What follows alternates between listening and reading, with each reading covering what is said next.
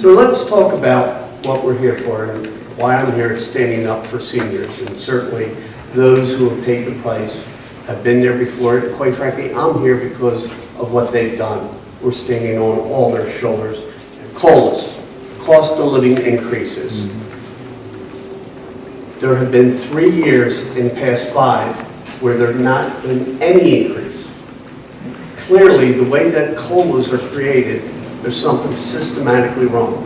Because I don't have to ask the people behind me, do they think the cost of living, what they're paying each and every day has gone up last year? Things going up a little bit, folks? Yeah. What was the Social Security increase last year? Nothing. Let's start by saying right off, privatization of Social Security is not the way to fix this problem.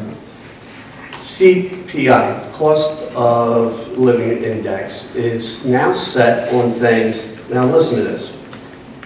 Their cost of living is calculated by a number of things. Toddlers' clothing, child care, toys, elementary education, high school fees, college costs. I'm not seeing that too many with the seniors that I know. And that's fundamentally what's wrong with the system. The cost of living index is not reflective of what our seniors are living every day. So that's part one of the problem. The second part of the problem is Medicare costs. As seniors receive small increases, they're paying a whole lot more for Medicare. The system was broken. So that's the second part of the issue that we're talking about. So the little bit of money they do get, it's going right back into Medicare. That's not the way the plan was designed to work. So let's talk about the solution, the plan that I'm putting forward here today.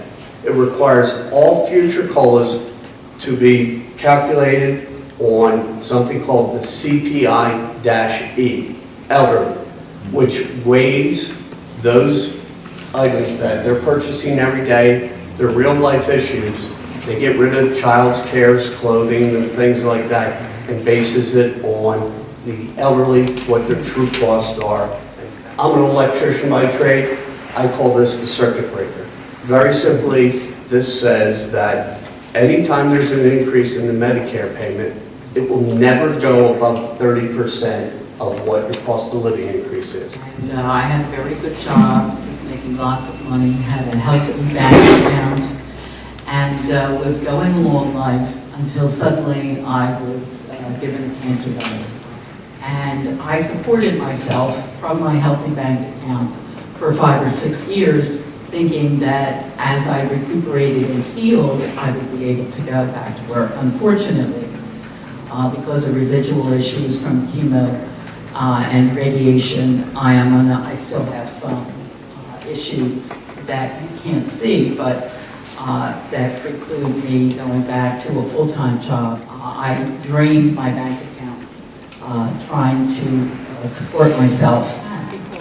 As the journey through life and aging has gone on now for the past 12 or 13 years, I have had all kinds of issues that don't fall into the budget.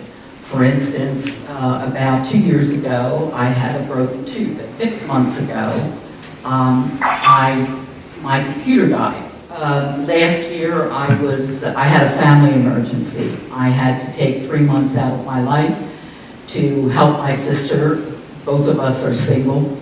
And that cost me a lot, not in the budget. So my reason for telling you all of this is that life goes on even for seniors. And no matter how well prepared we are, in my case, it just is not enough.